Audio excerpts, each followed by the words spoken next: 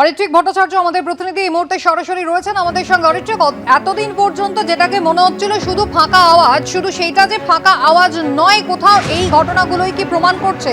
একের পর এক ৮ জঙ্গিকে একযোগে অসম পুলিশ গ্রেফতার করলো। শুধু তাই নয়, মুর্শিদাবাদ থেকে যে দুজনকে গ্রেফতার করা হয়েছে তার মধ্যে একজন ইতিমধ্যেই বাংলাদেশ থেকে ট্রেনিং নিয়ে এসেছে এবং এদের মূল উদ্দেশ্যই ছিল ভারত ভূখণ্ডে এসে আরো বেশি অস্ত্রশস্ত্র জোগাড় করে, অর্থাৎ এখানে সন্ত্রাসবাদী কার্যকলাপ চালানো। একেবারেই তাই। দেখো, এই জায়গা থেকেই কিন্তু উদ্বেগের জায়গাটা তৈরি হচ্ছে। এই যে জঙ্গি সংগঠন আনসারুল্লাহ বাংলা, এবং তুমি একটু আগে বলছিলে যে তারা কিন্তু খুব একটা সাধারণ জঙ্গি সংগঠন নয়, একেবারে আল কায়দার কায়দায় তারা অপারেশন চালানোর পরিকল্পনা করে থাকে। তারা সেই জায়গা থেকে তারা উদ্বুদ্ধ হয় এবং অন্যান্য যে জঙ্গি সংগঠন রয়েছে, জামাতুল মুজাহিদিনের মতন জঙ্গি সংগঠনের সঙ্গে তাদের যোগাযোগও রয়েছে। মূল বিষয়টা হচ্ছে, যেহেতু চিকেন নেক নিয়ে এত কথা হচ্ছে, খুব স্বাভাবিকভাবেই যে মানে শিলিগুড়ির ওই ছোট্ট একটি অংশ, প্রায় 70-80 কিলোমিটার, সেটা খুব স্বাভাবিকভাবেই ভারতের একটা অংশের সঙ্গে বাকি অংশের সঙ্গে এই যে 7 সিস্টার্স বা উত্তর পূর্বের 7টি রাজ্য, তার সঙ্গে যোগাযোগ রাখার ক্ষেত্রে অন্যতম গুরুত্বপূর্ণ একটি জায়গা। এবার বিষয়টা হচ্ছে, গত কয়েকদিন ধরেই আমরা দেখেছি যে বিভিন্ন মহল থেকে, বাংলাদেশের বিভিন্ন মহল থেকে বিভিন্ন রকম উস্কানিমূলক কথাবার্তা বলা হয়েছে। সংখ্যালঘু বিরোধিতা বা সংখ্যালঘুদের ওপর অত্যাচার, যেটা গত কয়েক মাস ধরে চলছে বা শুরু হয়েছে নতুন করে বলা চলে, সেটাই কিন্তু এই মুহূর্তে ভারতের প্রতি বিদ্বেষ, ভারতের প্রতি বৈরিতাতে বদলে গিয়েছে। এবং তারপর থেকে এই আবহে কখনো মৌলবাদী সংগঠন, কখনো গুরুত্বপূর্ণ দল বিএনপি তার শীর্ষ নেতৃত্ব, কখনো কোনো ছাত্র সংগঠন, কখনো প্রাক্তন সেনা, তারা কিন্তু বারবার এই উস্কানিমূলক কথাগুলো বলছেন।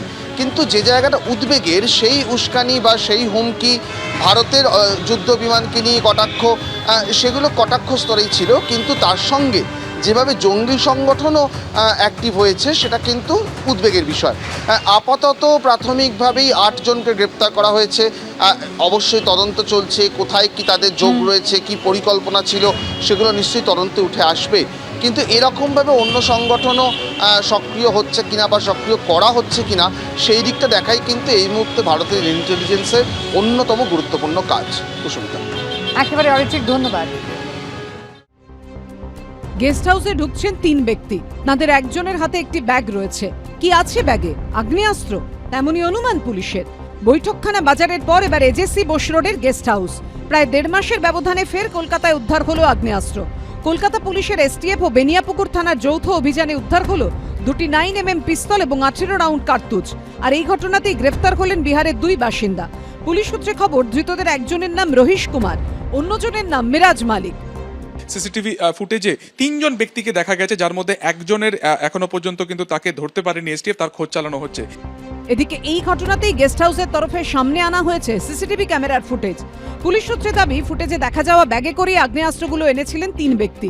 গেস্ট হাউসের তরফে দাবি করা হয়েছে, বৃহস্পতিবার ধৃত 2 জন ছাড়াও গেস্ট হাউসে এসেছিলেন আরও একজন। তিনি এই 2 জনকে ছাড়তে এসেছিলেন।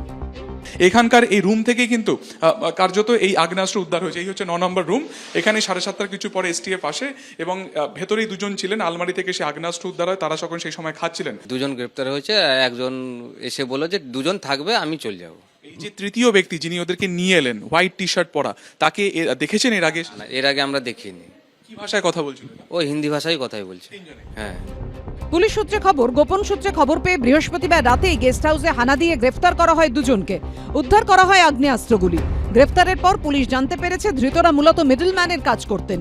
শুক্রবার তাঁদের এই আগ্নেয়াস্ত্রগুলি ডেলিভারি দেওয়ার কথা ছিল, কিন্তু পুলিশের হাতে ধরা না পড়লে কোথায় যেত এই আগ্নেয়াস্ত্রগুলো, কার কাছে ডেলিভারি করা হতো সেগুলো, কি উদ্দেশ্যে আনা হয়েছিল অস্ত্রগুলি, তদন্ত চালাচ্ছে পুলিশ।